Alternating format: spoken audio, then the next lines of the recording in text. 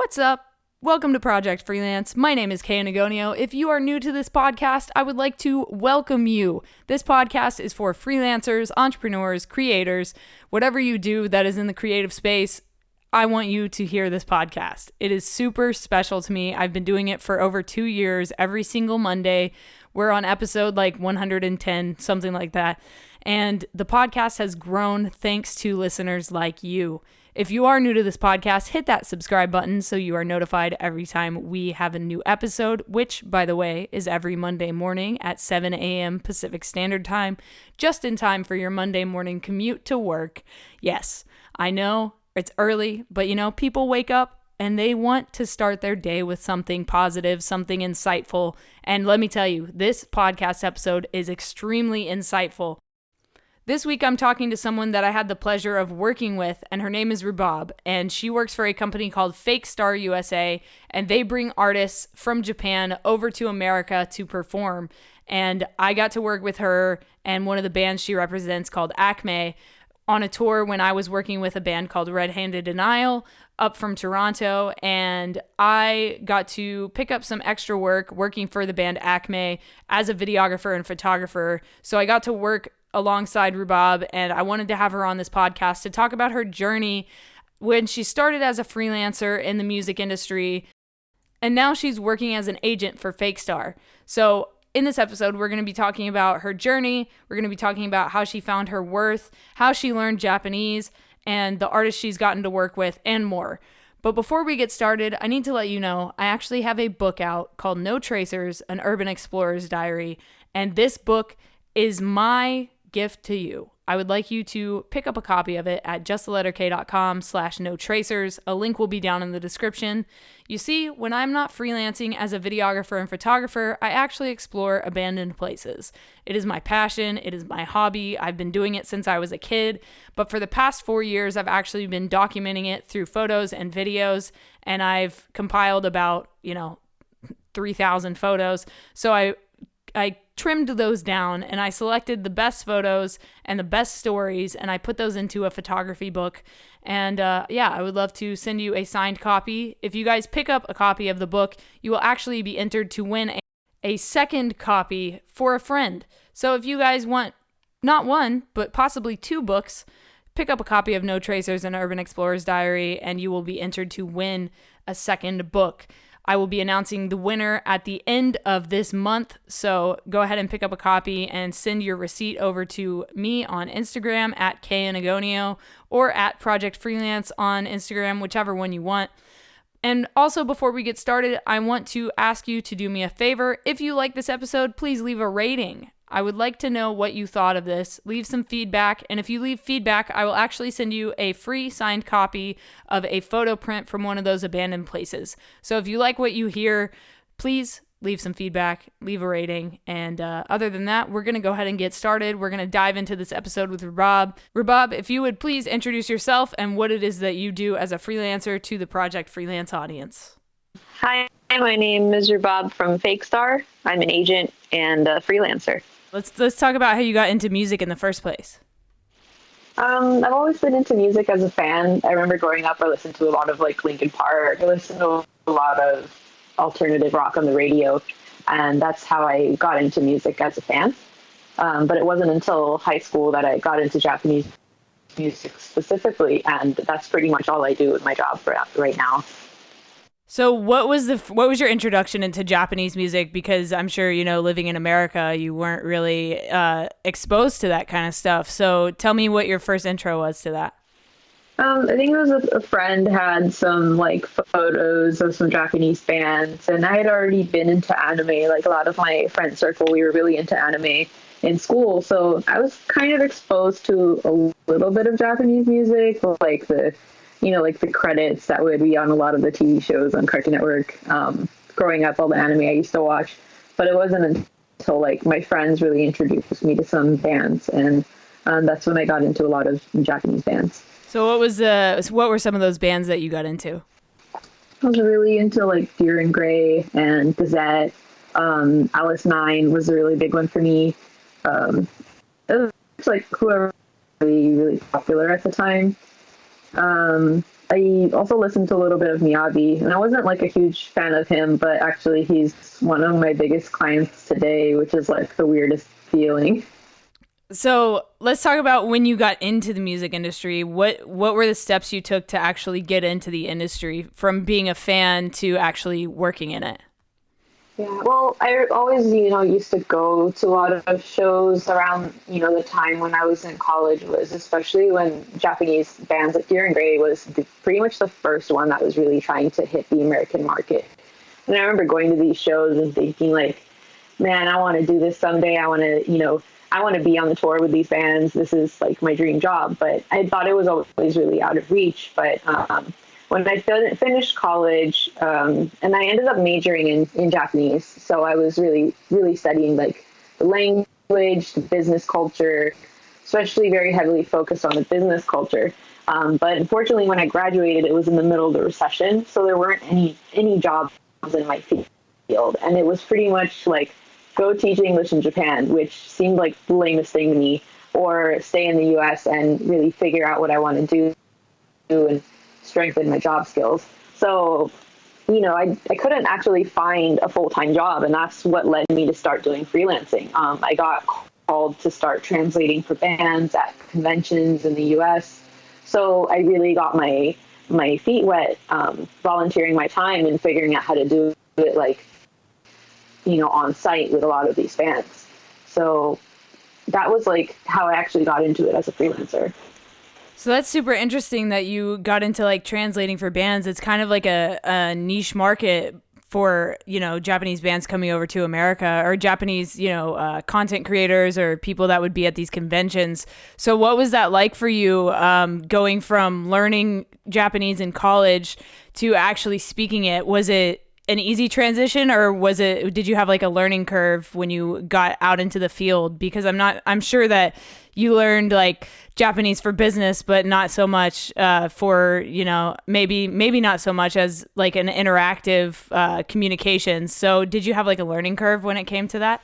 Yeah, I mean, I think there's a learning curve with whatever business you go into. And me in particular was more events. So learning like how to translate stuff for sound checks, learning all of the like, music related words. And I've been picking up on quite a lot of them because I was doing like, I was actually doing like a music magazine for a little while with Japanese music. So that really helped me figure out the language and the vocabulary needed for that type of job. So it was a lot of like just learning by doing. And, I've never actually lived in Japan, but to this day, a lot of people that I work would still ask me like, how long have you lived in Japan? I'm just like, no, I haven't. I've just, really got my hands dirty and figured out how the language works by studying it and by like putting it to use. So the learning curve was pretty steep. I remember like being just so frustrated some days at some shows, just like where I couldn't get my point across no matter how much I tried. But there were a lot of like friends who supported me through it. A lot of like artists that I connected with very early on were very supportive of me and very like, pushing me to get better at what I do. So yeah, I just remember being super frustrated in the beginning though, because there's no guidebook for this. There's nobody like to, shadow for a day to figure out how it works. Like, especially a lot of these conventions were just volunteer run. So a lot of them had no capacity for like actually vetting Japanese speakers. So they would just bring in like random people to do it. And it used to be quite a mess back then, but I was one of the people that really like stuck with it and, got a really good reputation with the artists that I worked with for making their experience better when they came out to do the shows. When it comes to a typical day for you, whether it's at a convention or if it's on a tour, can you walk me through your typical kind of day? Typical day. There's no such thing. Like, I mean, I guess it depends on the show. Typical day. I very hard time waking up in the morning, so I always start my day with a struggle and a very big cup of coffee as soon as possible. But just waking up in the right mindset, being ready to tackle whatever it is. And, a lot of the first things that we have to do, and it's not just me doing this, I have a whole team that works with me for these shows. So a lot of times, if it's a convention, we'll have sound checks for our bands in the morning, or we'll have, we produce fashion shows as well. So we'll have like fashion show prep in the morning, which is super early. We have to get all our models together and get ready for the show. So a lot of that morning is prep time, no matter what we're doing.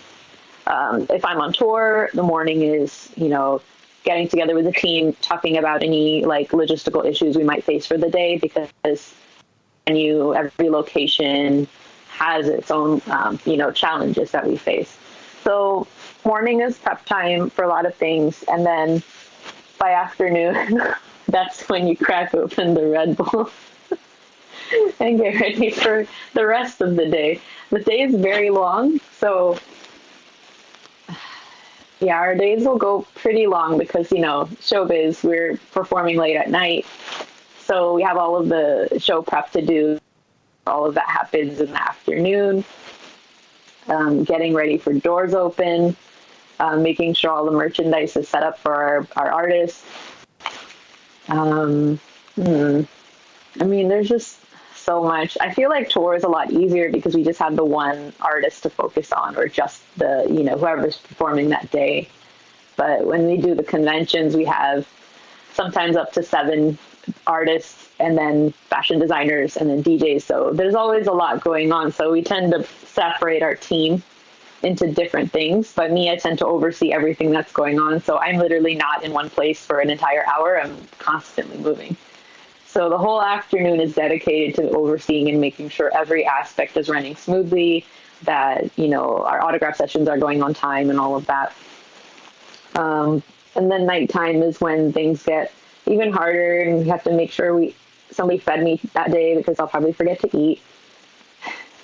Always happens. Yeah. And then, by the time the night's done, the show's done, our events are done. If it's a convention, we have a rave to do that night. So we're not finished until like 2, 3 a.m. But if we're lucky, we just have, the one concert or whatever that goes until 10 or 11 p.m. Then we spend the rest of the time prepping for the next day. And I know we spend a lot of the morning prepping for the day, but there's a lot of prep that has to happen in the night before, depending on what the event is the next day, or what we're doing, or if we're on tour, then, the logistics for the next day and where we're going and all of that. I'll have to communicate with the drivers on, our go over our game plan again for how the routing is going to go for the night and everything. So it's nonstop, I feel, and it's so much to just describe in a conversation. You kind of just have to do it and, do it as you go. So can you talk a little bit about the importance of having a strong team behind you, or a strong team working with you? A lot of people think that they can go into this kind of work just solo and just figure it out. But can you just talk a little bit about having a team around you to help? Yeah. From the very beginning, especially when I started doing this professionally and artists started calling me up to come work with them and booking them for shows, having the team is the very basic thing you can have in the beginning, because it's so much work for one person to do by themselves. There's always, you feel like there's not enough of you and you don't have enough hands to get everything done at one time, especially even on a tour. If you're you can't really be selling the merchandise and also making sure the show's going on at the same time. So you need to make sure you have a really, really solid team of people you get along with, and people who really see the same values as you. And for me, I come from a very customer service background. I've always done part-time jobs throughout school, working in retail. And I really see the importance of customer service. So I make sure that the people I bring on my team are people who have that experience and really feel that, a lot of them are fans of the artists that we work with. And so they know how important it is that when the fans come to us, that they get the best and the best time with the artists that they come to see. So I've worked with a lot of different people in this industry. I've worked with a lot of people who I've seen as very selfish or very like self-motivated, where they see this as their time to hang out with the artist or be friends with them. And that's not where my values lie. My values lie in making the best experience for the artist, but also the best experience for the fans, and making sure that they don't feel like they've been side like shafted for the sake of what the promoter, the tour manager is feeling. So having the right team members can really make or break your experience or decide if you're going to continue or not in this industry. So finding the right team members, a lot of it's just experience, but I would say making sure your values really align, making sure that they have qualities that complement your qualities. Like for me, I am a very like hands-on person. I'm a very visual person, but I'm not a very like put things on paper person. And I found team members that complement my skills in that capacity, that can help me make sure my thoughts are organized, that my presentations are good when we talk to our clients and all of that. Because for me, I'm more of a creative person. So I'm really great at creating like the next big concept for our next event. But, and that's something that a lot of my team members want to learn, or, you know, we tend to have this like give and take, or we trade ideas a lot. But I always make sure that like our values are the same. Awesome. And how did you go about finding your value, finding your worth? Like how you figured out your rates for these kind of things? Like, did that take a while, or was it something that you learned from somebody else? I just want to know, as a freelancer, a little bit more about like how you went about finding your rate. Yeah, I would think it was a lot of experience, and just because at least for the people doing what I do, there's some very experienced people in this industry, and I know they charge like a lot of zeros on their numbers for what they do, but of course they've been doing this for like 40 years. So I had no starting point when I started. I had no idea where I should go. So I kind of just took what was available. And I think that's fine if it's something that you're not experienced in and you want to get experience. There's a lot of people that will give you a shot to get your hands dirty and really figure it out if you're willing to volunteer your time. And it does not pay your bills, but if you're trying to learn a new skill, I would really recommend that. But in terms of like finding, I think it would be down to thinking about how many hours you spend at an event, or thinking about how many hours you spend doing a task that you were assigned to do. And then, knowing from there what your hourly rate should technically be based on what you're doing, and, how much work is involved, and then also how much money do you need to survive. Like, it's totally fine to set your rate based on like, I need to make X amount of dollars this month, so let's break down my hours into how many working days I have, and then go for it. I am not somebody who's great at math. I am somebody who's good at making money from nothing.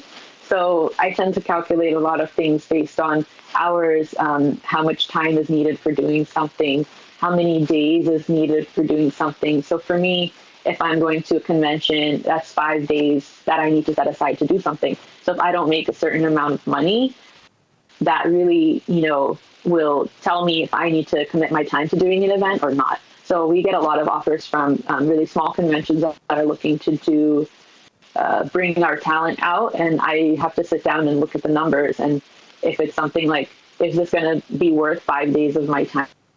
And if it's not, then we have to decline those events. And they're usually really understanding about it, that we can't sustain this. You need to at least give us, and I recommend this too for freelancers. If you're operating on a type of business like me, where you're a promoter or a tour manager and you're making money based on like merchandise sales or something from the client's cut, then you need to make sure that those events are giving you an appearance fee or a guarantee of some kind, so that you're not going home empty-handed because sales didn't go how you wanted. Yeah, that's great advice for freelancers, especially those that are trying to get into like the convention space. So Can you talk a little bit about the difference in culture when it comes to Japanese versus American fans, and the same with like artists?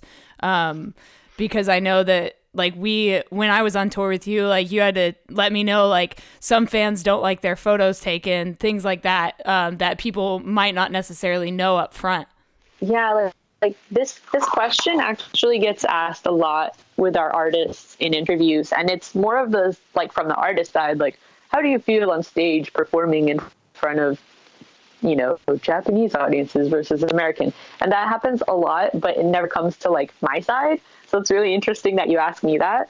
And it's like for me, I haven't lived in Japan, but I go there constantly to work. So I go to shows pretty much every night, and I see how the fans interact over there, and I see how foreign fans especially act in Japan versus how they act over in the States and other countries that I've toured. And the main differences are like you really have to know a lot about each country's culture to understand how they interact, that they do the way that they do.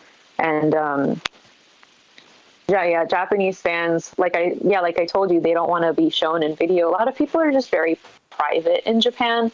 They don't want, when they post, like they go to an event and they get to take a photo with their favorite band member, they'll post the photo, but they'll censor their face because they don't want, sometimes people are really ashamed of showing to their like coworkers or family or whoever about like what they do in their private time because they're like hardcore obsessed with this artist, and that's where they spend all their money, and people like judge them. So that's like a whole like cultural thing people have over there, and we don't really have that that mindset. But when we do events out, especially in the US, and this is something that I really talk to our clients about when they come out here, a lot of them will be very strict and be like they'll instruct us to make sure that the attendees know that they can't take photo or video during the concert.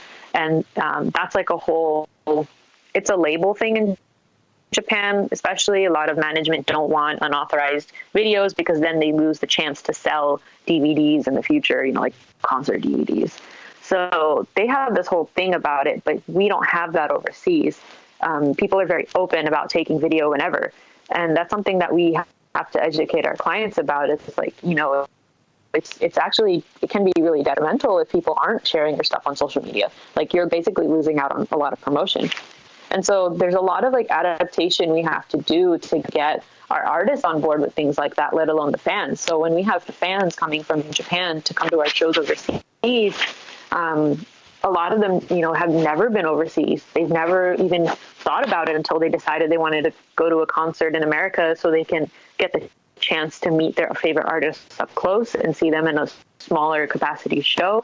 So that's a huge like selling point for them. So we have to really make sure that when they come out here that one of our staff at our merchandise booth does speak Japanese and can communicate with them and explain to them like, hey, they don't do this photo session event in Japan, but they never get to come to America. So we have this event specifically just for fans because this is the one chance in maybe like 2-3 years they'll get to meet their favorite artist. So a lot of these things we make sure that we make sure they're communicated clearly with the Japanese fans that come over, and we let them know other things too that they might not know. And I know this based on like my experience working with that artist and seeing them in Japan, that we make sure that the Japanese fans especially are a little more catered to and feel a little bit more comfortable coming out to America. We make sure that they know where all of the event spaces are located and everything when it's a convention. That's something that, we want them to keep coming to our shows, especially because the Japanese fans do spend a lot of money. They will drop hundreds or thousands of dollars on merchandise for their favorite artists. And so, of course, we want to make the sales, but also we want to make sure that they keep coming back.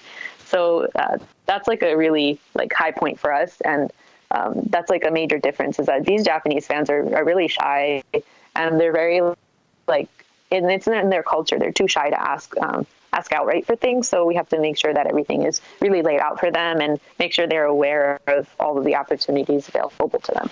Yeah, it's when it comes to other countries. Yeah. Go ahead. Oh, go ahead. I was just going to say it's totally different. Like American fans just assume they're entitled to everything, you know? Yeah, they do. We do have to tell American fans what they can't do, but versus Japanese fans, we have to tell them what they can do because they just assume they can't do anything. Okay, so let's talk about Fakestar and how you got involved with them. Fakestar, yeah, up until I believe 2016, I had been doing this freelance with me and just my small team of my friends who wanted to come help me out at shows.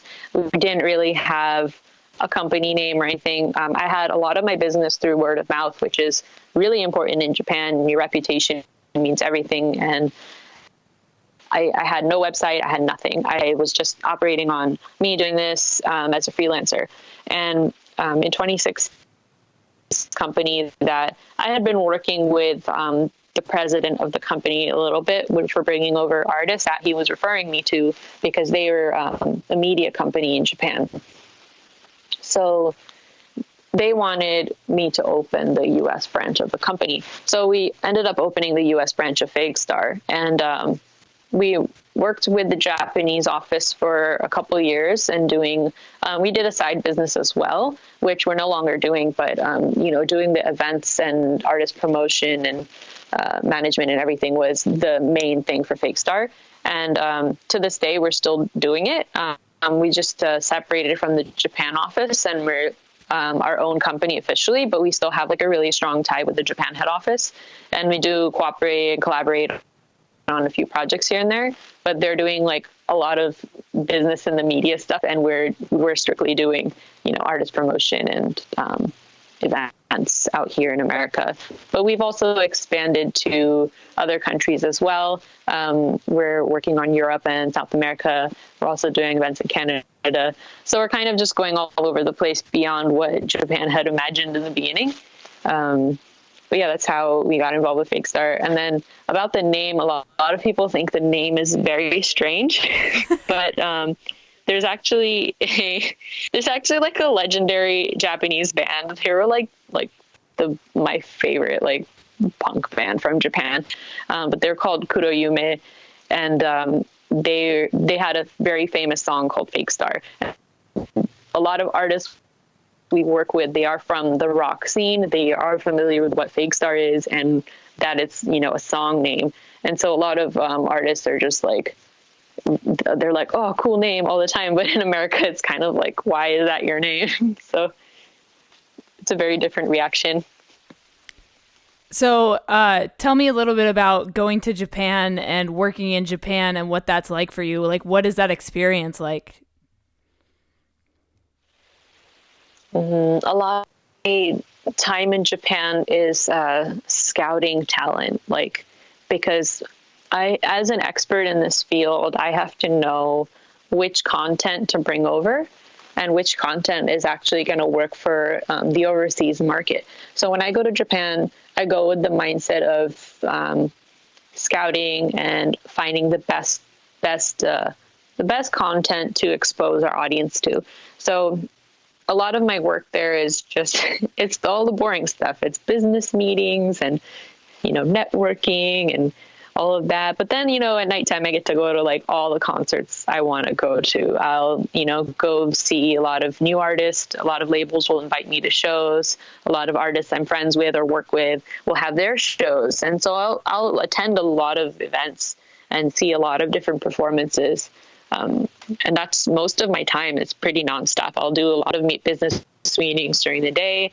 I'll have some dinner meetings, and then we have a lot of concerts to attend to. And sometimes I go to 2 or 3 shows in a night. And it's still work, because it can get really exhausting. But that's what my typical, Japan schedule is all filled up with. It's a lot of just business stuff. I don't have a lot of time to sightsee. I do get to visit family when I go there, but for the most part, I'm in Tokyo scouting as much as possible and just, really looking for the dopest content to bring. I love that. I love that you get to, go to 2 to 3 concerts a night, even though, yeah, it sounds like it could be completely exhausting. But I think it's a great way to get to know the local scene, especially. So when you find a band that you're like, wow, these guys are really dope, I would love to bring them over to America. How does that conversation go? Yeah, well, sometimes the artists don't expect me to be there. I have a bit of like reputation already as being the person who takes bands to America. So sometimes artists don't know that I'm there. Sometimes they do. So it's always really interesting to see their reaction, because sometimes they're really young artists who have never like thought about it. But especially now with social media, a lot of artists are getting the demand to go overseas if fans are contacting them, telling them to come to their country. So the way it usually goes is whoever introduced me or invited me to that show will be there to, introduce me to whoever's in charge of the band themselves. And we do talk a little bit, but that's where like the initial point of contact is made, or where, like, especially if I'm interested in a band, I have to see them before I book them. It's very important for me as a business owner to make sure I'm picking quality content. And there's a lot of times where people will look like really good on video, but when you actually see their performance, like, they're pretty terrible. And I don't want to represent like our company, especially the country of Japan, trying to like really establish his music overseas. I don't want to bring over talent that I don't think is good, that, I don't think they're a strong contender to actually, really impact our audiences. So when I'm at these shows, I'm really looking for that wow factor that's really going to, sell to the audiences. So that introduction, whoever is making the introduction, or if it's just me being invited, it'll usually be at the concert where, it kind of just, the decision is made in my mind that I want to bring over this artist. So that's where I'll decide how much I want to pursue it, or, where it's going to go from there. And a lot of times it's, results in more business meetings, many meetings to talk about it. People in Japan love sitting and talking and having meetings. So that usually happens before things do progress very far. But I always make sure I do have the chance to see an artist that I'm considering in person. So what are some of your favorite artists that you've been able to bring from Japan over to America? Oh man, there's so many artists. Man, where to start? I don't even know. I think there's a lot that are like in the works that I can't talk about, which internally is like, I'm just like, but I would say LM.C is one of the really great ones. I've been, friends with them for over a decade, and to be able to work with artists that I really respect a lot. They're a visual kei band that's been around for more than 10 years. And they're just amazing performers, and they've been in this industry for so long that they have a lot of respect in the industry, and they work with like the best crew members. So being able to work with such an established artist that, I really respect a lot, and they have like the best production crew I've ever seen. Working with like really, really great people who are really good at what they do. They have the best makeup artists, the best live stage management, the best like tech people. Working with like people who are just all around really good at what they do is like my pride as a promoter, being able to work with those artists. So LM.C is definitely like one of the top for me. Also because I have, a really strong relationship with them. But I mean, there's a few, there's a lot. I'm really impressed with the idol group STARMARIE that we work with. I'm personally not so much into idols. It's still a very like new thing for me, but I'm very impressed with how far that they have come in their performance in such a short amount of time. Those girls like really busted their ass to make sure their performance was the best it could be. And I'm still really impressed with what they managed to do as performers. So I would recommend STARMARIE as well.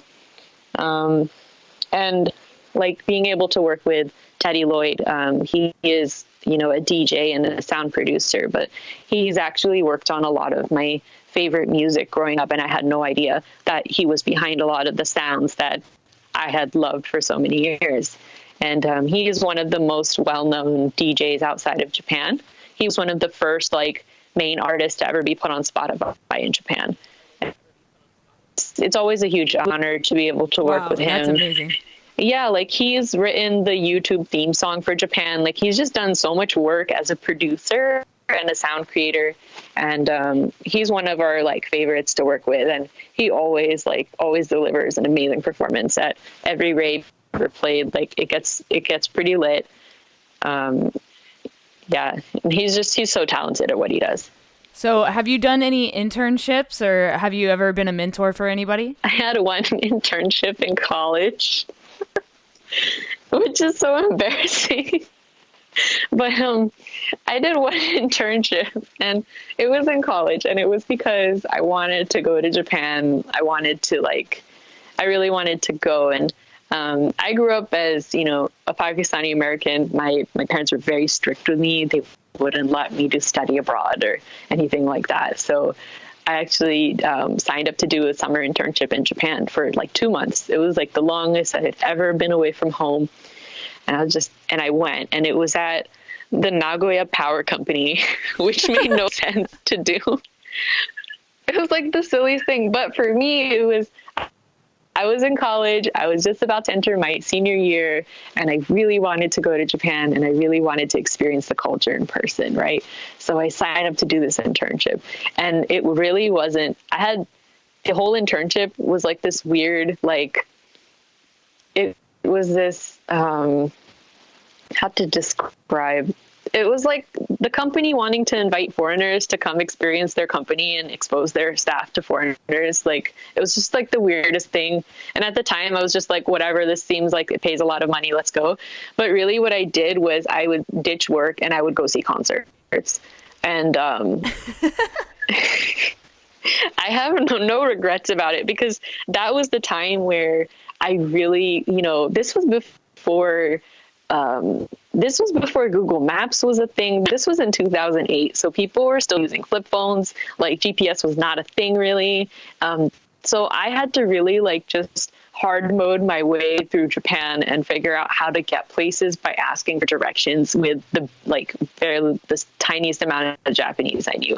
And that was the internship that really changed things for me, because while I don't really remember anything I did at the company, I remember a lot of the people I met, the experiences I had, and a lot of the like events that I got to go to. And that really like exposed me to the culture in a way that I would have never experienced in America. So that really helped me grow a lot as a person. So that was like the one internship I did. So I would say if you're considering an internship, please get something that like really relates to what you want to do. But if you can't get that type of internship, get something that will expose you to something new and give you a lot of like skills and experience that you wouldn't have otherwise.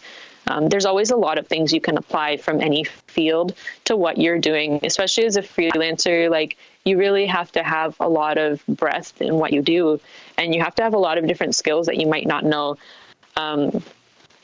Especially for me, after graduating, I did go back to school for a couple of years. I went to FIT and I studied fashion show production. And to this day, I'm the only person in the entire industry that actually studied fashion shows and really worked on New York Fashion Week and knows how to do it. So when I have to do stuff on tours, I'm actually the stylist also for my clients. I have to know how to take care of their costumes and everything. And I know how to do it because I have that background. If I have to sew something back together, I know how to do it. And I don't think a lot of people in this industry have that capacity. So there's a lot of things that you can do outside of, you know, your internship. Even like, I didn't even go to my internship very much. I think I was just like spacing out every day. But outside of it, I was going out, doing things, trying new things, meeting new people, and, you know, really like practicing my Japanese, like who didn't speak English. That was really, really impactful. So yeah, like getting your feet wet as much as possible in everything you can possibly do while you're young and you have the energy, I would say, is really huge. For those out there that may be on the fence about like going to college and things like that, would you recommend the college experience, or do you think that people could do this without college? I think it depends on the person. It really depends on how you grew up, what your surroundings were like. Like for me, I grew up very sheltered, because, you know, being a Pakistani American would, you know, as a first generation American, my parents were not the type to send me to, like, you know, like my friends went to like art classes and all these cool things, and I never got to do that stuff. My parents sheltered me way too much. So for me, going to college was the best thing that I could have done. It really exposed me to a lot of things I didn't get to do. It exposed me to a lot of like new things I would have never imagined I would get to study. So if you're somebody who didn't grow up with a lot of opportunity or a lot of being challenged with a lot of new experiences, I would say definitely go to school and learn things, but also meet people. Networking is one of the biggest assets that college can give you, or any study, even, you know, what's that study called? Like like a certificate program or an associate's program, not just college, but any like educational program you can take. Give you a huge networking opportunity where you can go right in and you can start working with industry people without having to do it the hard way, which is, you know, if you don't have an educational background, you have to just start somehow. So you got to find some volunteer work or something. So I would say if you can afford it, if you have the opportunity, if you didn't grow up with a lot of chances available to you, go to school and really start somewhere. And even if you don't finish it, I think that's okay. If you really feel like it's not for you and you can't finish it, it might be the school is wrong for you, or your surroundings are not working. Maybe the city is wrong for you. Like that's a huge part, I think, is your location. That's a huge part in what opportunities are available to you. So I would say if you don't know where to start, go to school. That's going to be the best thing. And there's a lot of, there were a lot of jobs available that you wouldn't even know about if you didn't start going to school and learning that these opportunities are available. Especially growing up for young people, you get asked like, what do you want to do when you grow up? But you don't even know that there's a lot of careers out there that are even a thing. And you wouldn't know that until somebody exposes it to you. Absolutely. Thank you for that insight. So what is next for you? What is next for Fakestar? Oh man, what is next? We're doing so much. Going to Japan next month. I'm going to be scouting out some new bands. I'm really excited to see some new things out there.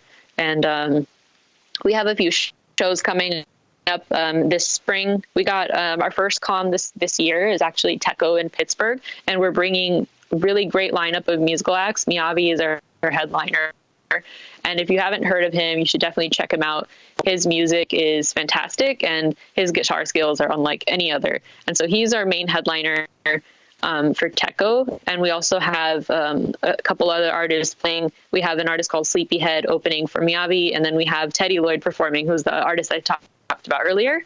Those are our three artists. And then we also have a fashion designer, a Gothic Lolita brand that we're bringing out. So that's Techo. That's going to be lit. And then in May, we have a convention in Hawaii and we have a convention in Dallas. So really stoked for those conventions coming up. But all of the information's on our website and on our social media. So you can check it out at Fakestar USA. My last question for you is, what is something you know now that you wish you knew when you started? Ooh, something I know now. This is a hard one. Hey, this is the one that gets everybody. There's so many things. Does it? Oh man. Okay, so not the only one. I think the thing that I know now is that you should always be innovative, no matter what happens. You should always be the one to try new things, and that scares a lot of people.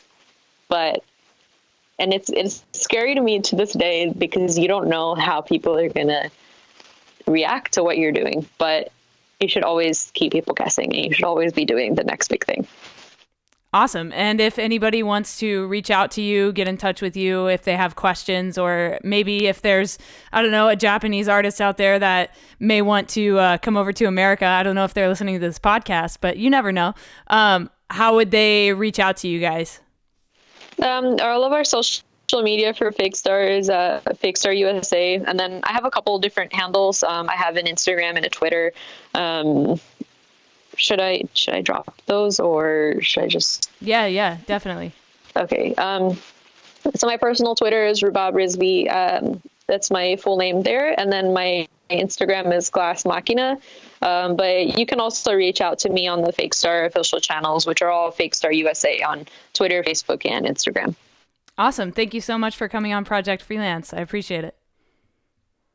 Thanks for having me, Kay. I love you. I love you too. Thank you for, doing such a good job on that tour. And I hope that we can do some more stuff together in the future. You have a great team around you. And I was very honored to be a part of the journey of ACME and, of what you're doing. So we were super honored to have you as well. You're an absolute pleasure, and you're a rock star. Oh, you're the best. All right. I'll talk to you later. All right, so that was my podcast with Rubab. I absolutely love this girl. She is doing some amazing things for artists, and I had a super amazing time working with her, as well as the band that she was representing called ACME. And if you guys haven't checked them out, you absolutely should. I made a bunch of tour content for them. I'll actually put a link to their YouTube channel down below if you want to check out the content I made for them. And hopefully later this year, I'll get to go over to Japan, maybe through Fakestar, maybe just to go to Japan. You never know. I've always wanted to explore that place and photograph it. It looks absolutely amazing in photographs, and to be able to capture a city like Tokyo would be amazing. I want to go see Mount Fuji. If you guys liked this episode of Project Freelance, please do me a favor and leave a rating. And if you're new, please hit that subscribe button so that you get notified every single Monday morning at 7 a.m. Pacific Standard Time for a new episode of Project Freelance. Like I said, please leave a rating and give some feedback. And if you do leave feedback, I will actually send you a signed photography print of mine. I take photos of abandoned buildings whenever I'm not freelancing as a photographer and videographer. So I will send you out a signed photo from an abandoned place that I have explored, just for leaving some feedback on the podcast. It's free. It doesn't cost you anything. It takes you like 30 seconds. So do me a favor, leave some feedback. It helps the podcast grow. It helps more people find us, and it helps us grow in the charts on Apple Podcasts. But whatever app you're using to listen to this podcast, I actually want to know. I want to know where you listen to this podcast. Is it on Anchor, Podbean, Castbox, Spotify, Apple Podcasts? Let me know. Tweet me at Project Freelance. It's not Project Freelance because character count on Twitter limits us. So it's Project Freelance. The link will be down in the description. And if you want to see more content weekly of Project Freelance, follow Project Freelance on Instagram. Like I said, the links will be down below to the socials. We post, we being myself, I post content on there throughout the week from the episodes that we release. And I would love for you guys to give us a follow there. And if you like to watch your content on YouTube instead of through a podcasting service, we actually have Project Freelance on YouTube. So if you guys want to go over there and subscribe, you can get the podcast there. But thank you for listening to another episode of Project Freelance. My name is Kay Anagonio. I will talk to you next week. Stay strong, keep enduring, go out and go create something.